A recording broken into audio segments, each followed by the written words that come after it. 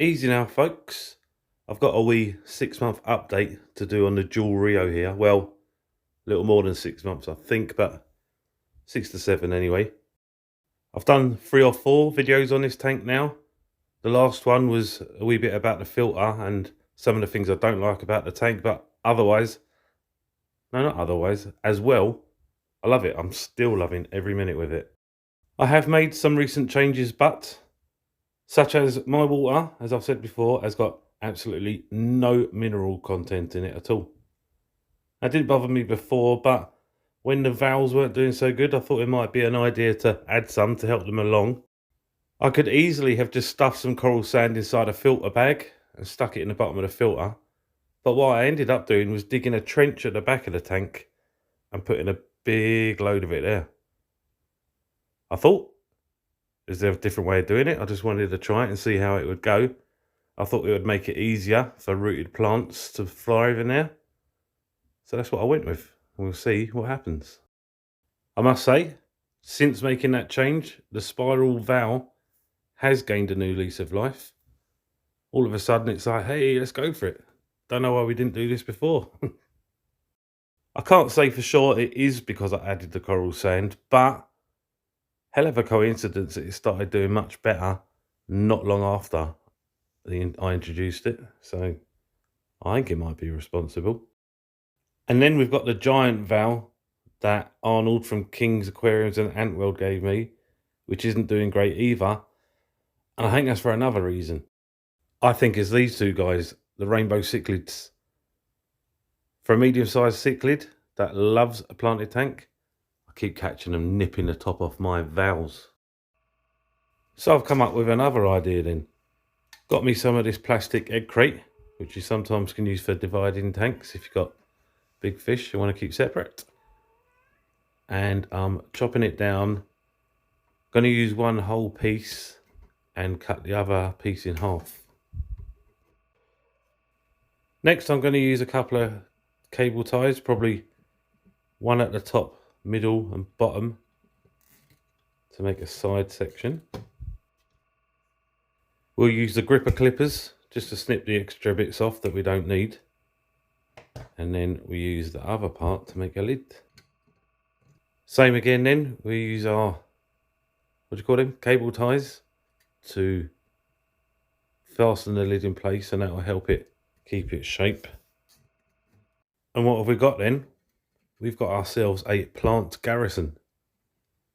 The idea is I'm going to sit this over the top of the valves, not permanently, just till they take hold. It should protect them, should allow enough light through for them to start doing well. In fact, my first idea was to use some of this stainless steel sheet and kind of make it into a tube. But I wasn't too keen on the rough edges at the top. I mean, I could bend them over and that, but the quickest solution, I think, was this. And I think it might work. We will see. I'll add this in because somebody told me off in one of the other videos. In fact, not told me off, trying to be helpful is a fairer way to put it, and I appreciate that.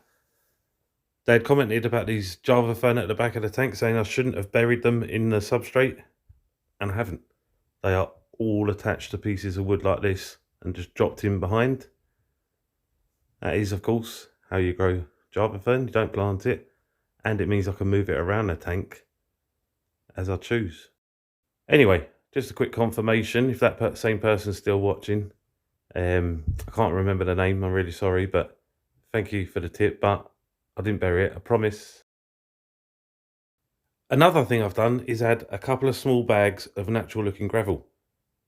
Now, I like the sand look, I think it looked fantastic, but it was kind of a wee bit uniform. It was all the same. So I think by adding this gravel, well, it's done two things in fact. First of all, it's capped the coral sand at the back, so that won't end up all over the tank. And I've placed it all towards the back and middle of the tank along the kind of plant line. And I think it's added a wee bit of character. I think it's added a wee bit of diversity and looks a wee bit more natural. Who said it's got to be sand or gravel, hey? And I know it's going to get kicked about and end up all over the place, but I still think it will be more realistic than just the sand that I had before. The last thing, for this update at least anyway, is I've switched the lids around. So the feeding hatch that was previously at the front left of the tank is now at the rear right. And the reason I've done that is so I can stick my pothos in there. That's a perfect, a real good place for the pothos to stick out, I reckon. I had it previously sticking out at the back where the wires come out on the left side and something kept eating the roots. Then I had it on the right side and the roots were kind of touching off the heater every now and then. This way, I've got it so it's sticking into the front of the filter. I haven't got the lid on the filter. Yeah, I think that's a good idea. Everybody appears to be happy with the changes that I've made so far. As you can see, the electric blue Acara have spawned again. So they're certainly feeling particularly comfortable. My dogs are loving it. I didn't actually put that chair there for them. That was the chair I was standing on while I was making the changes. But yeah, everything's going swimmingly. I'm still finding new things to do with the tank. I'm still enjoying it. I think it's looking all right. I've got one more video to come on a major change I've made. It's a pretty major change, so it warrants its own video actually. So I'll maybe try and get it out this week.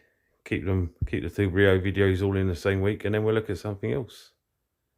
But otherwise, from me and the dogs, we out. Later, later, later, later.